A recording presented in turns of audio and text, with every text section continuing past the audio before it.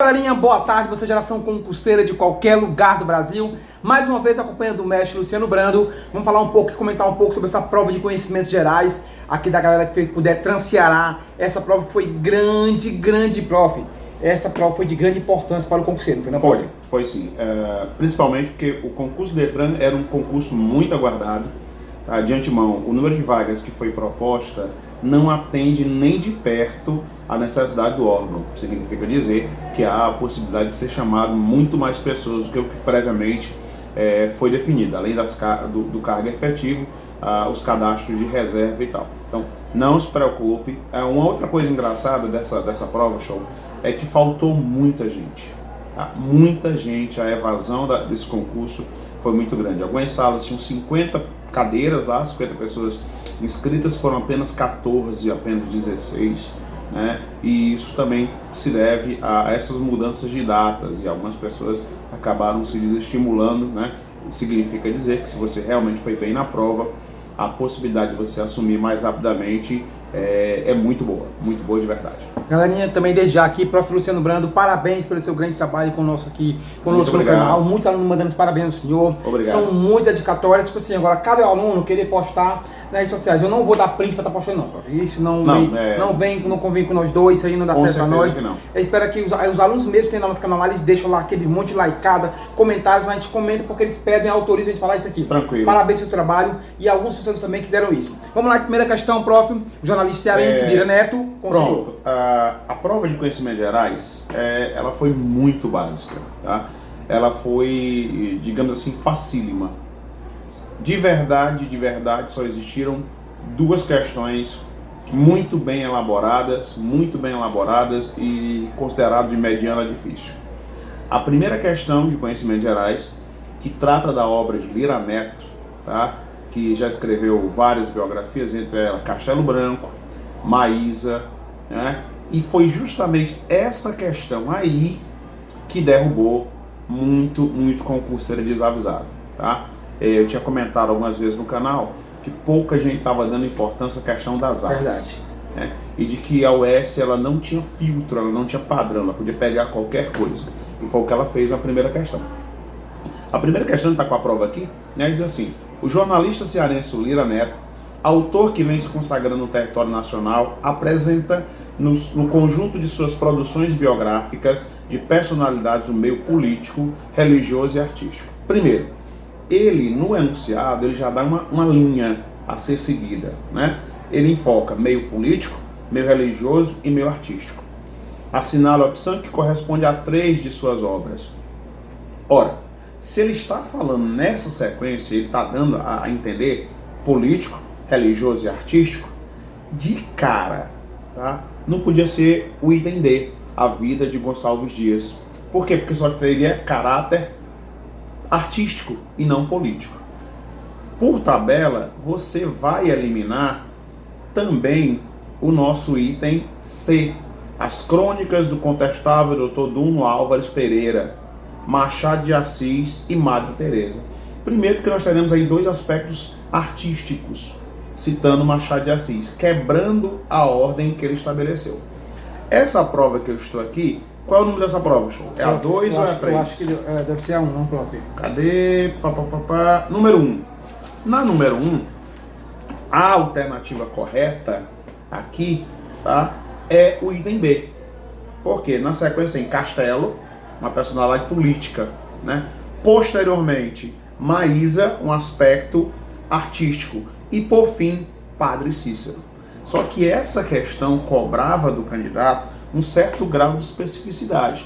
Se você nunca tivesse visto nem a capa da obra do Lira Neto, você simplesmente não andaria nessa questão. Então muita gente errou, apesar de no enunciado ele ter dado uma boa dica, na sequência de político, religioso e artístico. Então, quem fez a prova 26, item B de bola. A questão 27, tá? Deve ter acontecido uma enxurrada de recursos. Eu mesmo mandei recurso para lá, porque eu fiz a prova e tal. Por quê? É uma questão aparentemente fácil, mas é o seguinte: a presidência da República do Brasil sofreu seu primeiro impeachment. Quando teve afastado ou afastada de seu cargo Item A, Getúlio Vargas. Getúlio Vargas se matou em 54. Não foi. 24 de agosto de 54, já não poderia ter sido ele. João Goulart foi deposto pelo golpe de 64, ditadura militar, tá? E Dilma não foi a primeira. Então, na prova número 1, a opção normalmente seria Fernando Collor de Mello. Muita gente marcou Fernando Collor de Mello. Ótimo, só tem um problema. Fernando Collor de Mello não foi o primeiro presidente impeachmentado. O primeiro presidente impeachmentado foi Café Filho, em 54, 55. Pronto. E, posteriormente, Carlos Luiz. Está lá no site do Senado, está lá nos vários livros de história, e tal, a história concisa do Brasil e outros. Até os antigos, Florival Cáceres, Cláudio Vicentino, esses grandes historiadores do Brasil. Pronto. Ou seja, essa questão não tem alternativa correta. Não existe uma alternativa. Então ela é passível de recurso. Os recursos foram enviados e aí vamos ver o que é que a UES, qual vai ser o parecer da UES. Mas a alternativa que ela apresentou no gabarito preliminar foi Fernando Collor de Mello, em 92, embora nós não tenhamos alternativa. A questão 28 foi uma questão que derrubou muita gente. Muita gente estava lá. As informações sobre a história do Ceará, especialmente Fortaleza. Eu não sei se vocês recordam, nós comentamos aqui um momento no canal sobre o período da Belle Époque. Tá? É muito comum na história do Ceará a Belle Époque e tal. E aí, tanto nessa questão 27, quanto na questão de Vargas, quanto na última questão, puxaram a questão do empoderamento feminino. Nós tínhamos comentado que a UES gosta muito de efemérides, dessas datas. Datas foi, você falou mesmo. E aí, data, voto feminino em 37, 2017, aí cai uma questão sobre a primeira mulher a governar, a ser prefeita de Fortaleza. Aí se olha para as questões. Todo mundo que errou, marcou a mesma alternativa. Luiziane Lins. Todo mundo. Luiziane governou Fortaleza por 2 mandatos, mas ela não foi a primeira, tá? Se você assistiu aqui com a gente no Alô Galerinha falando sobre a ditadura militar, ou comigo, ou com o professor Alisson, muito provavelmente, você lembra que a ditadura militar durou de 64 a 85. E logo depois da ditadura militar começou o processo direta já e as eleições para prefeitos. E nessa época, lembro como se fosse hoje, havia comentado, inclusive aqui, falando sobre o Ceará, de que as verbas vinham para o governo do estado e o governo do estado não repassava para a prefeitura. E nessa época, lembro claramente, nós comentamos que teve greve de tudo. Inclusive o comentário foi esse, teve greve de tudo, lixeiro, polícia, professores. E lembro, a cidade de Fortaleza foi comparada aos esgotos de Paris, na administração de Maria Luísa Fontinelli. Nós comentamos aqui também, nessas nossos bisus aqui da Alô Galerinha. Então aqui só tinha uma alternativa, Maria Luísa Fontinelli. Luiziane foi prefeita, Patrícia Ferreira Gomes foi primeira-dama, a ex-esposa do Ciro Ferreira Gomes, mas jamais conseguiu ser eleita.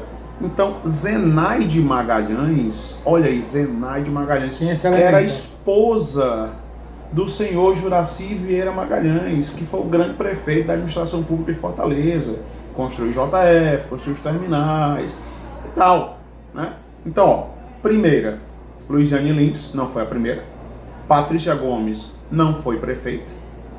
Zenaide Magalhães era a primeira-dama, esposa de Juraci Vieira Magalhães. E aí só sobrava Maria Luísa Fontinelli, Questão moleza. 28, gabarito D de dado. 28, gabarito D de dado da prova 1. Como nós tínhamos falado em vários programas também, a UES tinha umas zonas de conforto.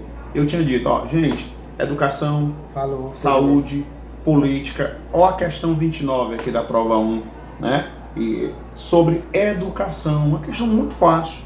Programa do governo federal que concede mediante pré-requisito bolsa de estudo integral ou parcial em cursos de graduação e sequenciais de formação específica, ofertado por instituições de ensino superior privadas, é denominado. Se eu estou falando de um programa de bolsa não é financiamento. Financiamento, você toma o dinheiro emprestado, paga a faculdade e depois tem que pagar o governo federal. Então o financiamento só pode ser FIES, tá? Financiamento, mas nós não estamos falando de financiamento, estamos falando de bolsa. Então o primeiro item que você descarta é o item D, de financiamento. Se não é um programa de financiamento, também não pode ser o programa Ciência Sem Fronteira, porque foi extinto na gestão do senhor Michel Henrique Temer. Foi uma das primeiras coisas que ele acabou quando assumiu em 2016. O programa Ciência Sem Fronteira, que permitia que os estudantes fizessem metade da faculdade no Brasil e metade fora. A chamada Faculdade de Sanduíche, de integração, com validado diploma em 2 países. Aí ficaria Programa de Bolsa Permanente e ProUni. ProUni foi criado na gestão Luiz Inácio Lula da Silva. Programa Universidade para Todos. E a UES ainda se deu o trabalho de traduzir a sigla. Você só errava se você quisesse. Então, aqui, item A, né? Prova 1, questão 29. A questão 30 é um insulto, né? É um insulto à nossa inteligência e tal. Teve gente que errou? Muita gente errou. Agora, por que as pessoas erraram? Porque confundiram Estado com unidade federativa. O Brasil tem 27 unidades federativas, mas só tem 26 estados. Por quê? Porque Brasília funciona, é uma cidade-estado. Funciona como estado dentro do estado. Mas ela não tem o auge, não tem o status de estado de verdade, né? Apesar de Brasília ter senador, Brasília ter deputado distrital e tal. Mas Brasília, por exemplo, não tem prefeito. Brasília tem um governador, né? Então, aqui, o Brasil tem 26 estados. Questão 30. Só C de casa. 26 estados. A República Federativa do Brasil é constituída pela União dos Estados, Municípios e Distrito Federal. O número de estados que integra o território brasileiro é 26. Ele colocou no enunciado ainda do Distrito Federal só com o intuito de confundir o candidato. E muita gente acabou se confundindo realmente. A questão 31... Gente, questão 31, eu comento muito em sala de aula isso. Fala muito bem, né? Gente, a região Mazela, a região que tem os maiores problemas sociais do país, a região que tem o maior consumo de crack, não tem o maior número de cracolândias. Cracolândia está no Sudeste. A região que tem o maior número de estados, tem 9 estados, 9. A região Norte tem 7, Sudeste tem 4, Sul tem 3, Centro-Oeste tem 3, tá? Moleza. O território brasileiro encontra se dividido em 5 regiões. A região que apresenta o maior número de estados é a região Nordeste. Entender a nossa região. Acabou. Era só ter lembrado disso. Quem mais tem estado? Nordeste.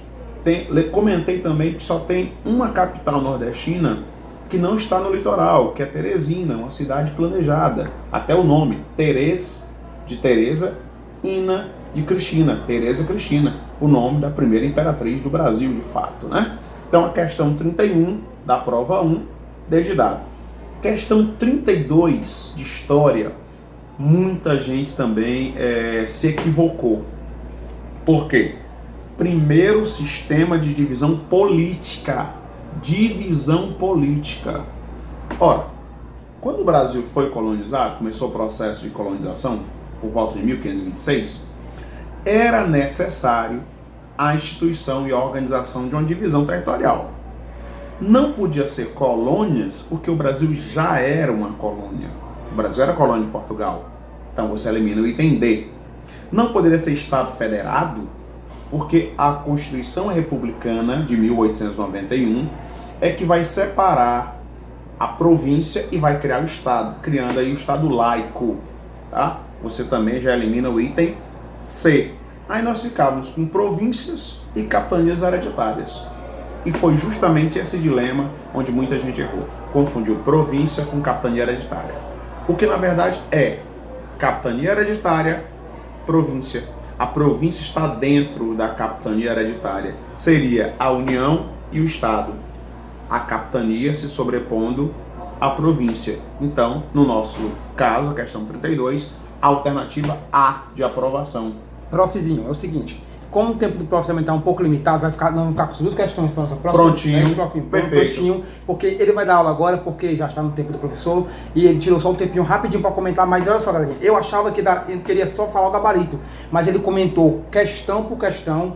Desde já, amado mestre, muitíssimo obrigado. Parabéns pelo seu trabalho. Muitíssimo obrigado. Eu é que agradeço a essa oportunidade da Alô Galerinha. Agradeço demais aos alunos que confiaram no nosso trabalho. O resultado está aparecendo. A vitória não é minha, a vitória não é do show. A vitória é de vocês sempre.